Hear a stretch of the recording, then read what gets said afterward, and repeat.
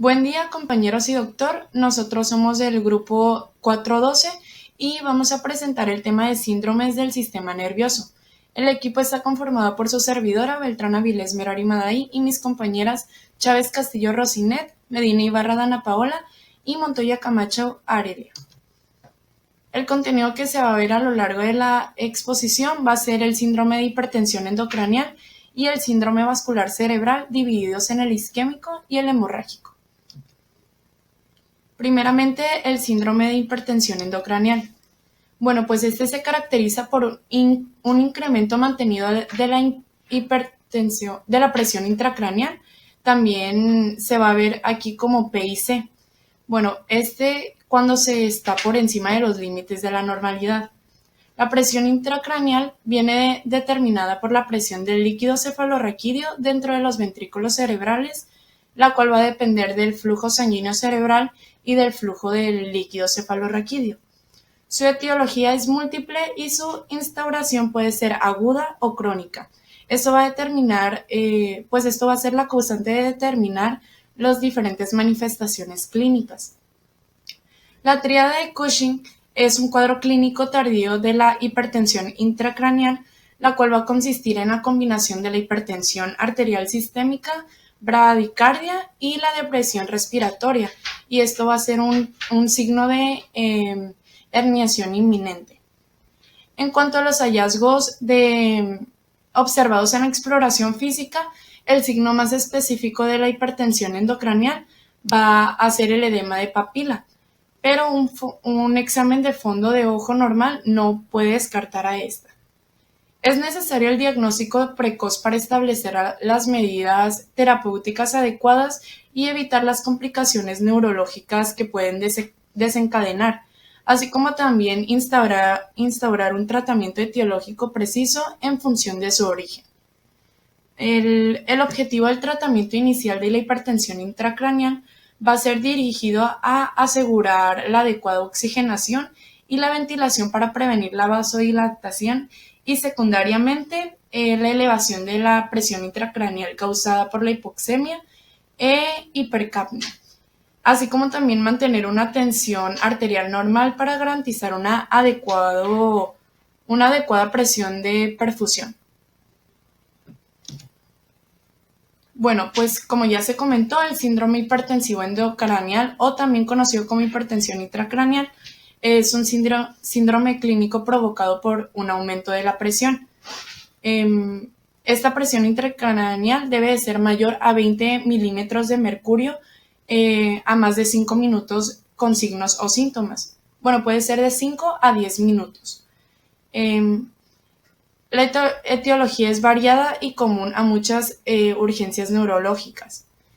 Es importante el conocimiento de la presión intracraneal, ya que va a ser indispensable para el reconocimiento y el manejo terapéutico presión de la hipertensión intracraneal. El diagnóstico precoz puede prevenir tanto las secuelas neurológicas como incluso la muerte. Comenzando con la etiología, pues el síndrome de la hipertensión intracraneal va a aparecer como el resultado de alteraciones en cualquiera de los elementos que va a albergar a la bóveda craneal. Van a ser múltiples causas y los mecanismos que pueden desencadenar estos síndromes. Existe una entidad en la que se produce un aumento de la presión intracraneal de forma idiopática, descartándose cualquier alteración secundaria responsable del mismo, conocido como hipertensión intracraneal idiopática o pseudotumor cerebral.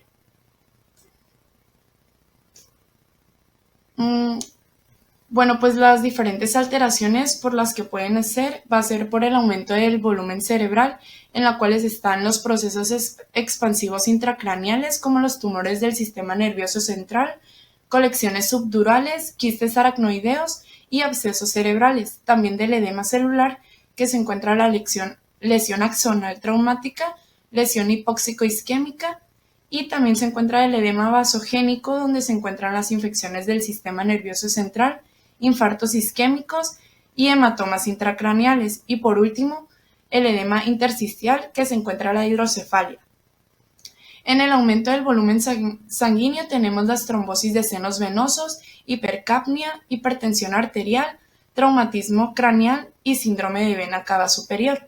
Y por último, el aumento del volumen de líquido cefalorraquídeo, se encuentra la hipersecreción, como los papilomas plexos coroideos, la obstrucción, que pueden ser tumores o hemorragias, las alteraciones de la reabsorción, que pueden ser trombosis de senos venosos, y por último, la malfunción de la válvula de derivación ventrículo-peritoneal o atrial.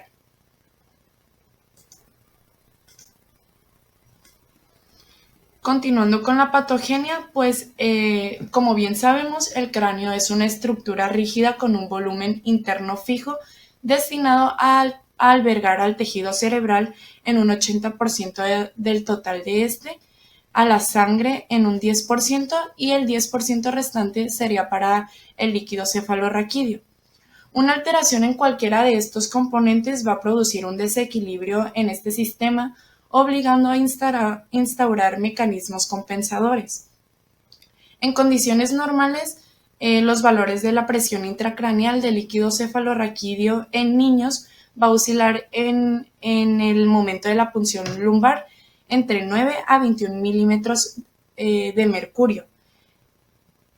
Se pueden producir elevaciones transitorias ocasionales con fenómenos fisiológicos como lo pueden ser los estornudos, la tos o las maniobras de Valsalva.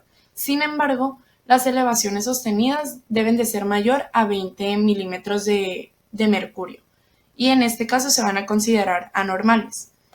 Las distintas fases de la hipertensión intracraneal son la fase de compensación, fase de descompensación y por último la fase de herniación.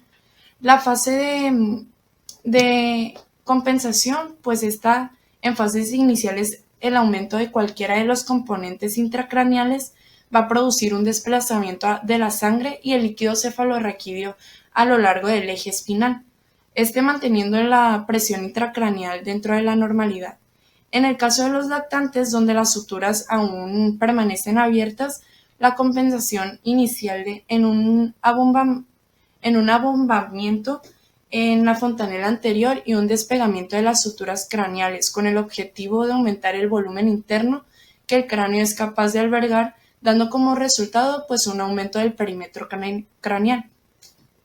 En la fase de descompensación, pues una vez alcanzado el límite de compensación se va a iniciar un un aumento progresivo de la presión ejercida por el líquido cefalorraquídeo dentro de los ventrículos cerebrales, produciendo así la hipertensión intracraneal.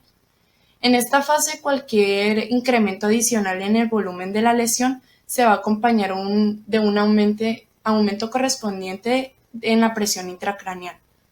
La pendiente de la curva en esta fase es pronunciada, de modo que pequeños cambios en el volumen van a causar cambios significativos en la presión intracraneal. Aquí se encuentra la pendiente y la línea negra va a representar pues el aumento del volumen intracraneal que produce un aumento ligero de presión intracraneal, que sería la fase de compensación. Y la línea que se encuentra en color verde sería la fase de descompensación, en donde pues tras el agotamiento del mecanismo compensador, el aumento ligero del volumen intracraneal va a producir un aumento exponencial pues de la presión intracraneal. El cuadro clínico se va a poder manifestar clasificar en tres grupos de síntomas y signos específicos en función con el tiempo de evolución. Primeramente, pues tenemos a la tríada inicial, que va a ser cefalea, vómitos y el edema papilar o el papiloedema. La cefalea es de los síntomas principales y ese puede presentarse tanto en el momento agudo como en el crónico. Es el síntoma más frecuente cerca de un 54% de los casos y este es de característica opresiva, persistente y de tipo holocraneal. Se puede agravar en decúbito y durante la noche con la capacidad de despertar al paciente, esto debido al aumento de presión hidrostática en el comportamiento intracraneal. Cabe resaltar que el cerebro no posee receptores nociceptivos, por lo que es incapaz de transmitir el dolor. Sin embargo, al aumentar la presión intracraneal, se va a comprimir otras estructuras, tales como son las meninges en la dura madre, vasos sanguíneos, periósteo, entre otros, así produciendo pues el dolor. Los vómitos son frecuentes en la mañana propiamente por la posición de decúbito nocturno. Estos síntomas van a aparecer cerca de un 40% en los pacientes y van a tener la característica de presentar vómitos en proyectil. Eso significa que no van a estar precedidos de vómitos. Este cuadro va a presentar hipersensibilidad en el área postrema o área del reflejo del vómito, que se encuentra localizado en el tronco cerebral cuando se eleva la presión intracraneal. Y por último, el papiledema o edema de papila, pues va a ser el producto de una inflamación del nervio óptico, ocasionando un aumento de la presión intracraneal. Este se piensa que se debe a un éstasis en el flujo axoplásmico del nervio óptico. La presión intracraneal va a producir frecuentemente una congestión venosa retiniana con la dilatación capilar y el edema extracelular, y en estados más avanzados se va a producir una elevación del disco óptico por edema y posteriormente las hemorragias retinianas. Continuando con la progresión clínica, pues esta va a aparecer en disminución del nivel de conciencia y la disminución del flujo sanguíneo cerebral o por la lesión de la formación reticular del tronco cerebral. Y por último tenemos los elementos de enclavamiento, que estos se van a producir por el desplazamiento de la masa cerebral por el aumento de la presión intracraneal. Estos signos van a ser diferentes según el lugar de la herniación, y aquí se presenta una tabla que lo explica de mejor manera. Por decir, la herniación se puede presentar de manera subfálcina, de manera transtentorial central y transtentorial lateral o uncal y amigdaliana. La primera va a presentar la herniación de la circunvolución del y por último los fenómenos de enclavamiento, que esos se van a producir por el desplazamiento de la masa cerebral por el aumento de la presión intracraneal. Los signos clínicos van a variar dependiendo del lugar de la herniación. Los diferentes lugares de herniación van a ser 4, que va a ser la subfalcina, la transtentorial central, la transtentorial lateral o uncal y por último la amigdaliana. Estos van a presentar mecanismos tanto fisiopatológicos como clínicos y pues en cada uno va a ser distinto. En la primera hernia subfalcina va a ser herniación de la circunvolución del cíngulo a través de la hoz. Este suele producirse por lesiones expansivas en el hemisferio cerebral que van a empujar a la circunvolución del cíngulo por debajo de la hoz del cerebro. Y su manifestación clínica va a ser la compresión de la arteria cerebral anterior con un infarto cerebral secundario. La hernia transtentorial central va a tener un descenso del diencéfalo, el mesencéfalo o la protuberancia. Este pueden comprimir el acueducto de Silvio, causando hidrocefalia y también el tronco, alterando los centros cardiorrespiratorios. Su manifestación clínica va a ser el estupor que progresa a coma asociado con alteraciones en el proceso respiratorio, pupilas midriáticas reactivas, posturas de decorticación, descerebración y finalmente la flacidez. La hernia transtentorial lateral o uncal va a tener su mecanismo fisiopatológico en el descenso del uncus hacia el interior de la cisterna supracelar a través del tentorio con comprensión del tronco cerebral, arteria cerebral posterior y el tercer par craneal. Y su manifestación clínica va a ser por medio de midriasis unilateral al hemisferio cerebral dañado y hemiplasia del hemisferio cerebral dañado. Y por último, la hernia amigdaliana va a tener un descenso de las amígdalas cerebelosas a través del agujero, produciendo compresión del bulbo raquídeo y de la protuberancia. Y su manifestación clínica va a ser por medio de la disfunción de los centros respiratorios y cardíaco, y frecuentemente pues esta va a ser mortal.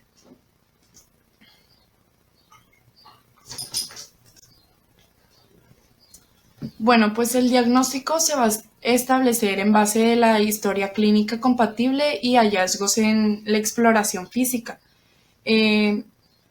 Su diagnóstico de confirmación generalmente viene determinado por las pruebas de neuroimagen que se van a mencionar más adelante. Sin embargo, otras pruebas diagnósticas también pueden ser necesarias para determinar la etiología del cuadro. La primera sería el examen de fondo de ojo, en donde sí, pues que aunque el desarrollo del edema papilar va a requerir un tiempo de evolución, se puede estar presente o no durante la hipertensión intracraneal. Su presencia va a ser un indicador específico de que hay presión intracraneal. Continuando con los exámenes de neuroimagen, tenemos a la tomografía computarizada, que esta es una prueba radiológica que, debido a su rapidez, disponibilidad y no invasividad, debe realizarse tan pronto como se encuentre estabilizado el paciente que presenta un caso de sospecha de hipertensión intracraneal. Para confirmar el diagnóstico de estos, pues, bueno, es necesaria para confirmar el diagnóstico. Sin embargo, la ausencia de hallazgos patológicos por medio de una tomografía computarizada no descarta el aumento de la presión intracraneal en pacientes con clínica sugestiva, por lo que se debe tomar la presión intracraneal mediante técnicas invasivas o repetir la prueba de imagen, en este caso de la tomografía computarizada, horas posteriores.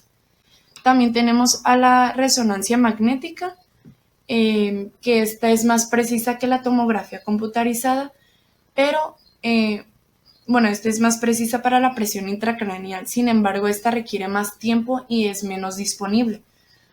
Es una alternativa adecuada en pacientes estables sin alteración del estado mental, en los que se sospeche una presión intracraneal crónicamente elevada.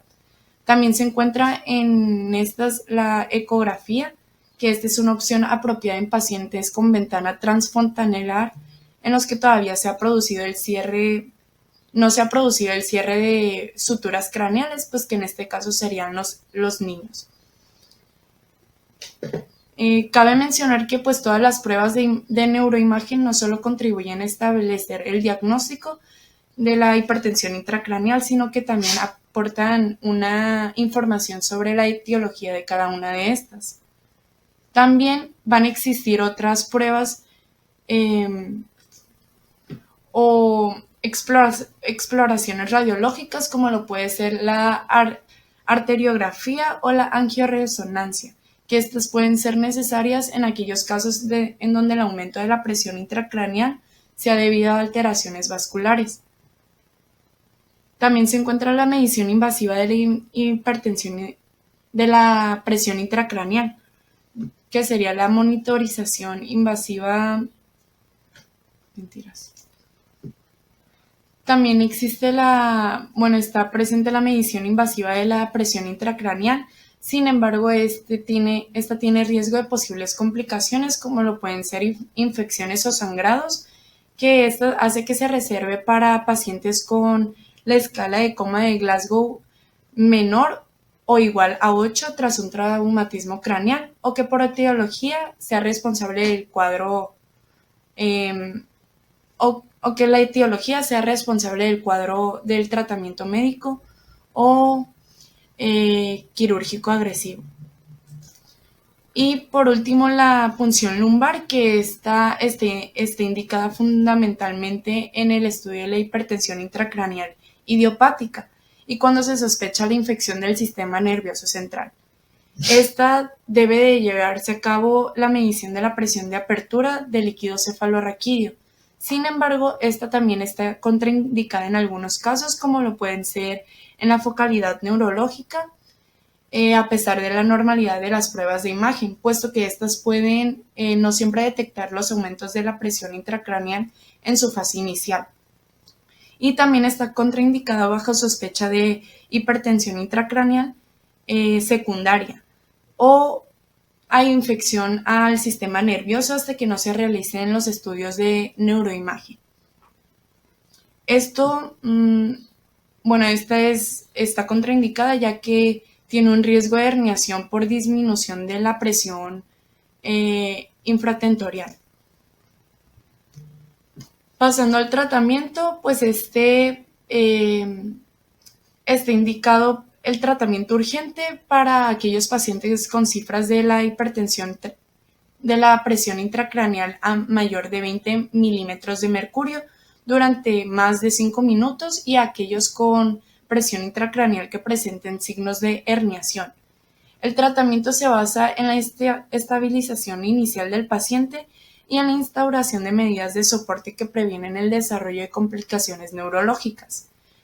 La estabilización inicial va a tener los objetivos de asegurar la oxigenación y la ventilación adecuada para prevenir la vasodilatación y secundariamente la elevación de la presión intracraneal causada por la hipoxemia e hipercapnia. Y también va a tener otro objetivo que sería el de mantenimiento de una tensión arterial normal para mantener una adecuada presión de perfusión cerebral y prevenir la isquemia cerebral. Las partes en que se divide esta estabilización sería por vía aérea. Cuando esté indicada la intubación endotraqueal, se deben de tomar precauciones para minimizar las elevaciones de la presión intracraneal asociadas a este procedimiento. También la respiración, la circulación y también hay unas medidas generales en todos los pacientes que serían las medidas posturales. Las medidas posturales, el control de la temperatura, la prevención de convulsiones, entre otras. Y ya por último, como conclusión, pues tenemos que el manejo del síndrome de la hipertensión intracraneal requiere de un profundo conocimiento de la neuroanatomía y de la fisiopatología, ya que su etiología pues va a ser variable en lo que en su presentación común.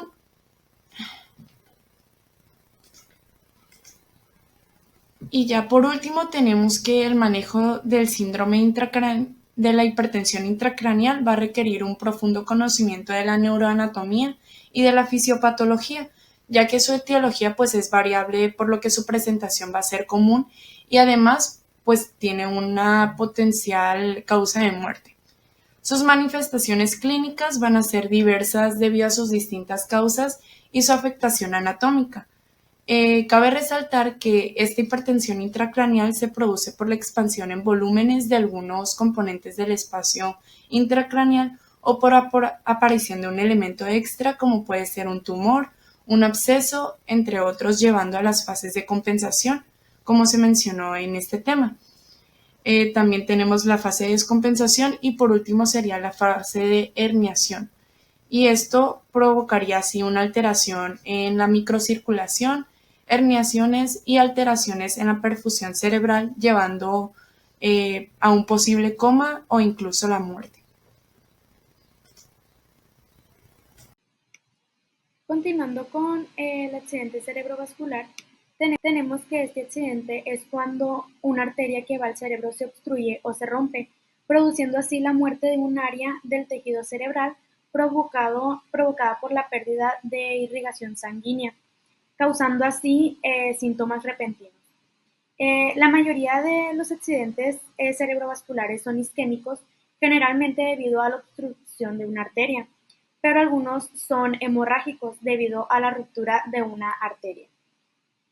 Los accidentes isquémicos transitorios se asemejan a los accidentes cerebrovasculares isquémicos, excepto que no existe daño cerebral permanente y los síntomas suelen desaparecer en una hora como máximo. Continuando con la etiología, tenemos que los accidentes cerebrovasculares afectan las arterias del encéfalo, ya sea la circulación anterior, que son las ramas que forman parte de la arteria carótida interna, o la circulación posterior, que estas vienen siendo ramas de las arterias vertebrales y bacilares. Entre los factores de riesgo encontramos la hipertensión, el tabaquismo, la dislipidemia, el diabetes, la obesidad y la mala alimentación, así como también el consumo de alcohol, la falta de actividad física, eh, el estrés psicosocial y la depresión, así como entre otros factores más. Pero entre las causas más comunes de accidentes cerebrovasculares isquémicos pueden presentarse como aterosclerosis de grandes vasos, así como también la cardioembolia, siendo que en los aterosclerosis de grandes vasos van a ser los ateromas que predisponen a la formación de trombos. En esta lesión puede afectar cualquier arteria cerebral importante y es frecuente por las áreas de flujo turbulento, sobre todo en la bifurcación carotidia. Y por el lado de la cardioembolia, vamos a tener que esta va a ser la formación de embolias que pueden originarse por trombos carotidios y estos pueden alojarse en cualquier parte del árbol arterial del cerebro. En este se van a presentar diferentes trastornos, entre estos van a estar la fibrilación auricular, las bulbopatías, los postinfartos del miocardio, la endocarditis bacteriana y los ateromas. Entre las manifestaciones clínicas vamos a tener distintos signos y síntomas. Entre estos, los más comunes y los que más se presentan viene siendo la dificultad para hablar y entender lo que otros están diciendo. Es decir, se puede experimentar confusión, dificultad para auricular las palabras o para entender lo que se les dice. Así como también la parálisis o entumecimiento de la cara, el brazo o la pierna. Estos se va a desarrollar un entumecimiento repentino, debilidad o parálisis en la cara, el brazo o la pierna. Esto a menudo afecta solo a un lado del cuerpo. Es decir, cuando el paciente trate de levantar ambos brazos por encima de la cabeza al mismo tiempo, si un brazo comienza a caer, es posible que esté sufriendo de un accidente cerebrovascular. De igual manera, si se le pide al paciente que sonríe y un lado de la cara tiende a caerse, pues es posible que se esté presentando pues este accidente cerebrovascular. Por otro lado, tenemos los problemas para ver en uno o en ambos ojos. Esto repentinamente puede tener una visión borrosa o engrecida en uno o en ambos ojos. También el paciente puede presentar problemas para ver de lejos, así como también puede llegar hasta ver doble. También tenemos el dolor de cabeza, que este se va a presentar súbito y grave, que puede estar acompañado de vómitos, mareas o alteraciones del conocimiento, lo cual nos va a estar indicando que este paciente está presentando un accidente cerebrovascular. Por último, tenemos los problemas para caminar, que este es cuando el paciente, pues, al momento de caminar, se tropieza fácilmente o pierde el equilibrio. En este también se puede tener mareos repentinos o pérdida de coordinación.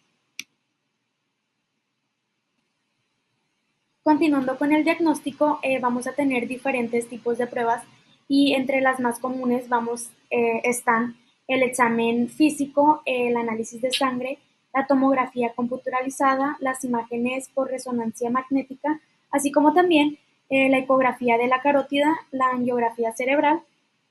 Y para tener un diagnóstico diferencial, vamos a tener tres tipos de diagnósticos, que vendría siendo el ataque isquémico transitorio, la hemorragia subaracnoidea y la hemorragia intracerebral. En el ataque isquémico transitorio se va a tratar de una isquemia cerebral focal que produce déficits neurológicos transitorios súbitos y no se acompaña de un infarto cerebral permanente. Los síntomas de este van a durar menos de una hora, siendo que la mayoría de los ataques isquémicos transitorios duran menos de 5 minutos. Los déficits que resuelven espontáneamente dentro de este van a durar dentro de una a 24 horas y estos van a ser más frecuentes en individuos de edad media y ancianos. Los ataques isquémicos transitorios aumentan notablemente el riesgo de un accidente cerebrovascular, que estos van a debutar dentro de las primeras 24 horas.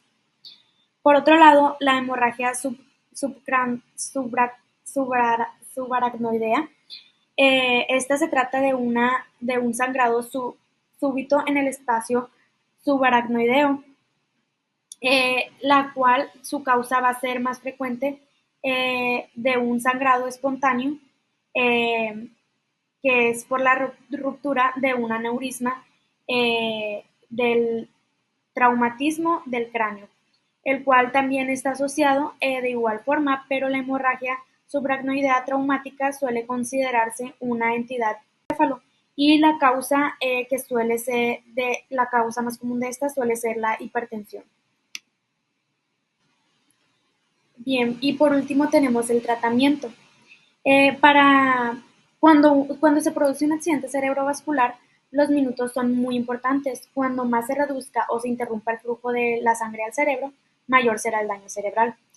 Eh, si un accidente cerebrovascular es muy grave y afecta a una zona extensa del cerebro, se administrarán medicamentos como el manitol para reducir la inflamación y el aumento de la presión cerebral.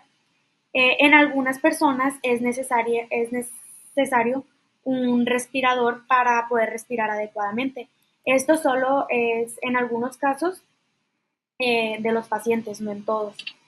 En el caso de los fármacos vamos a utilizar, para el tratamiento de los fármacos vamos a utilizar los fármacos trombolíticos, que estos en determinadas circunstancias se van a administrar por vía intravenosa con un fármaco llamado activador tisular del plasminógeno, el cual nos va a ayudar a disolver los coágulos y ayuda a restablecer el flujo sanguíneo al cerebro.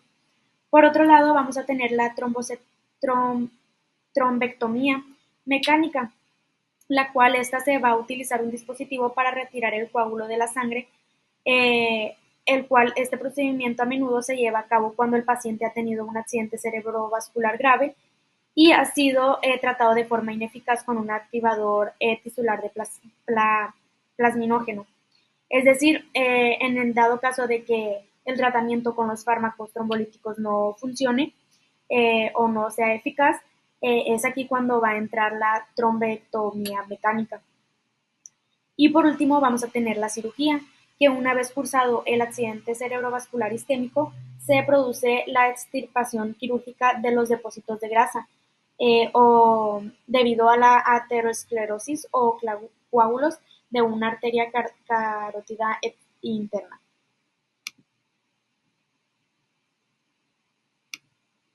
Yo les voy a hablar sobre el síndrome vascular cerebral isquémico.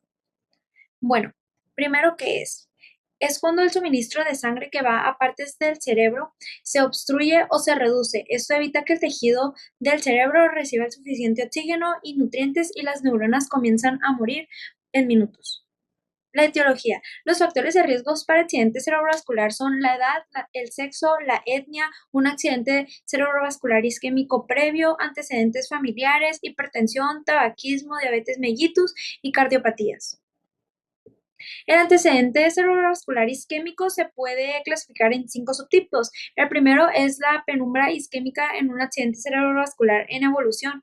Esto quiere decir cuando hay un núcleo central en muerte celular, rodea el área isquémica llamada penumbra o zona borde. La sobrevivencia de las células de la penumbra depende del retorno oportuno y exitoso de una adecuada circulación.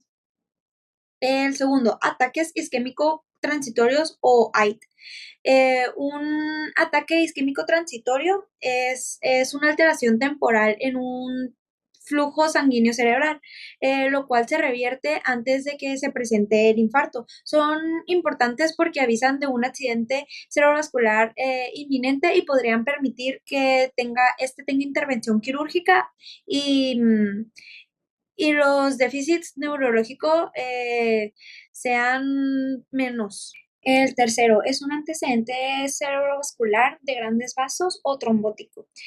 Son las causas más comunes de accidentes isquémicos. Se presentan en los vasos sanguíneos ateroscleróticos y estos infartos a menudo afectan la corteza provocando afasia, defectos en los campos visuales. En la mayoría de los casos se afecta solo a una arteria cerebral y a sus territorios. Por lo general, los ataques trombóticos se observan en personas mayores. El accidente cerebrovascular de los vasos pequeños vendría siendo el cuarto o infarto lagunar. Es cuando estos son muy pequeños, de 1,5 centímetros a 2 centímetros, o muy pequeños, de 3 milímetros a 4 milímetros, localizados en las partes profundas o en el tronco cerebral. El proceso de curación de los infartos lagunares, como este lo dice, dejan cavidades pequeñas o lagunas. Por lo general provocan déficits como asfaxia y apraxia. El accidente cerebrovascular cardiógeno es provocado por un coágulo sanguíneo en movimiento que viaja de su origen hasta el cerebro. Es el sitio más frecuente de estos accidentes, es la arteria cerebral media. El ataque embólico tiene un inicio súbito con déficits máximo inmediato. Algunos de los síntomas son dificultad para hablar y entender lo que otros están diciendo, entumecimiento, debilidad o parálisis de la cara, brazos o piernas, problemas para ver en uno u ambos ojos, dolor de cabeza y problemas para caminar. Factores de riesgo. Los dividí en dos, que son factores de riesgos relacionados con el estilo de vida, que son sobrepeso, obesidad, inactividad física, beber en exceso, uso de drogas como la cocaína y la metanfetamina. Los factores de riesgos médicos son presión arterial alta, fumar cigarrillos o la exposición a este humo, colesterol alto, diabetes, apnea obstructiva del sueño, enfermedad cardiovascular que incluye insuficiencias cardíacas, defectos cardíacos, infección cardíaca o ritmo cardíaco irregular. Continuando con el síndrome vascular cerebral hemorrágico, tenemos que es un sinónimo de extravasación y este es conocido comúnmente como derrame cerebral. Este accidente ocurre cuando un vaso sanguíneo de una parte del cerebro se debilita y se rompe, y esto causa que las células comiencen a morir.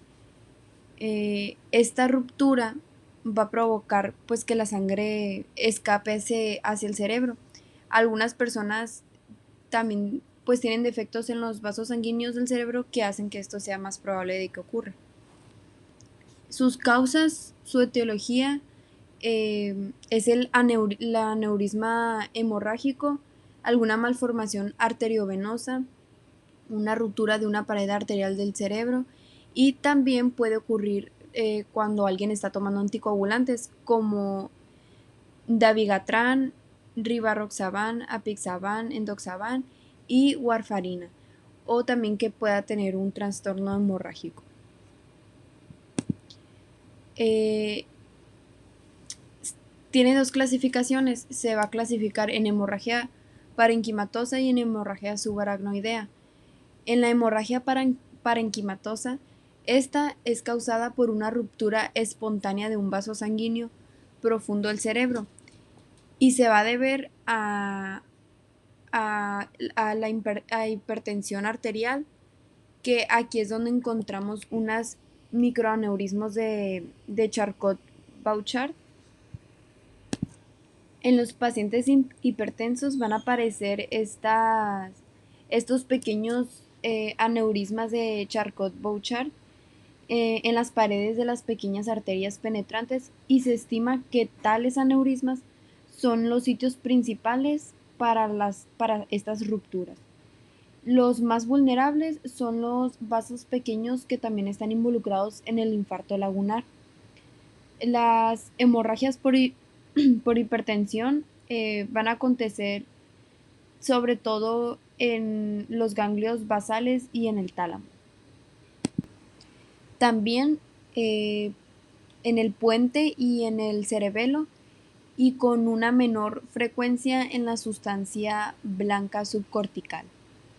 Otras causas de hemorragia parenquimatosa, pues como ya lo mencioné, pues incluyen estas malformaciones. vasculares, las cuales contienen vasos anormalmente mm,